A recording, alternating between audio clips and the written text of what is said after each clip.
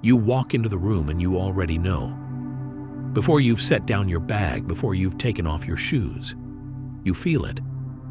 That low-level tension, the visual noise, the corner that's always slightly wrong, the shelf that somehow collects things no matter how many times you clear it. You live in this space. You know every inch of it. And somehow, that familiarity doesn't bring comfort. It brings a quiet kind of heaviness. Maybe the room isn't even messy exactly. Maybe it's just full of furniture that doesn't quite fit, objects placed where they landed, layers of life that accumulated without a plan. And every time you look at it, there's a small, exhausting mental calculation that happens. A flicker of, I should really do something about that. You never finish the thought, but it never fully goes away either. That's what this video is actually about. Not the size of the room, the weight of it. What if your room didn't need to be bigger? What if it just needed to breathe? There are principles at the heart of Japanese interior design that have nothing to do with money, renovation, or buying new furniture. They are about the relationship between objects and space, between what you keep and what you allow to exist, between the room as it is and the room as it could feel, to your body the moment you walk in. After this video, you'll understand why certain spaces feel light even when they're small, why some homes feel twice their actual size, and more importantly, you'll have something concrete to try. Today, in the room you're already in, stay until the end. The last principle is the quietest one, and it tends to be the one that changes everything. There is a Japanese word, ma. It's often translated as negative space or emptiness, but that translation doesn't quite hold it. Ma is not the absence of something. It is the presence of space itself. The pause between notes that makes the music possible. The breath between words. The gap between furniture that allows the eye to rest and the mind to release. Most small rooms suffer not from too little square footage, but from too little ma. Every surface is occupied. Every corner is filled. The eye lands, bounces, lands again, never finding a place to settle. Ma is the antidote, and learning to protect it is the foundation of everything that follows. The first principle is called kanso, simplicity, but not the cold, sterile kind. Kanso is the deliberate removal of anything that does not serve. In a room, this means asking a different question than the one most of us ask. Instead of, where should I put this? Ask, does this need to be here at all? Think of a single plant on a windowsill, a lamp that does one thing perfectly, a table with nothing on it except what belongs to this moment. Kanso doesn't mean bare, it means intentional. When you walk into a kanso-informed space, your nervous system quiets. There's nothing competing for your attention. The room becomes easy to be in. A small action. Choose one surface in your home, just one, and remove everything from it that doesn't have to be there. Not forever, just for today. Notice how the room shifts. The second principle is shizen, naturalness. In Japanese design, materials like wood, stone, linen, and clay are not chosen for aesthetic reasons alone. They carry a particular kind of visual information, textures and tones that the human eye recognizes as calm. They age, they breathe, they don't compete. Synthetic materials, sharp contrasts, and highly reflective surfaces create a kind of visual effort. The eye works harder, the room feels louder than it is. Shizen asks, what in this space is asking too much of you? A high-gloss cabinet where a matte one would do. A synthetic rug that reflects light in all the wrong ways. Small changes in material and texture can shift the feeling of a room entirely. Not its size, but its weight.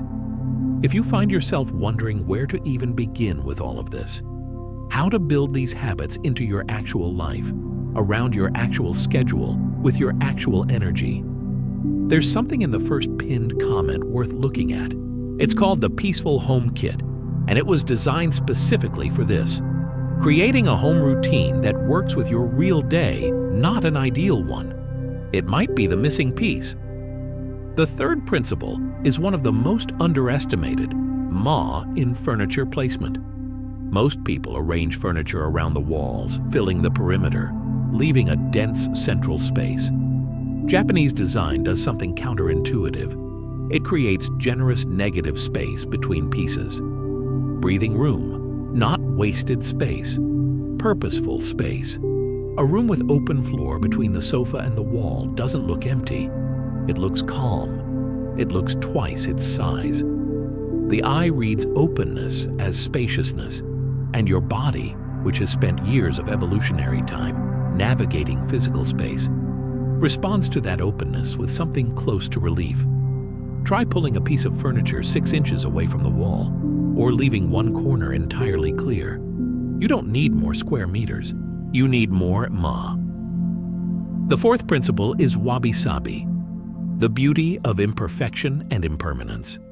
In the context of a small home, wabi-sabi is a kind of permission. Permission to have a room that is lived in, that shows signs of use, that doesn't have to look like a showroom to feel peaceful.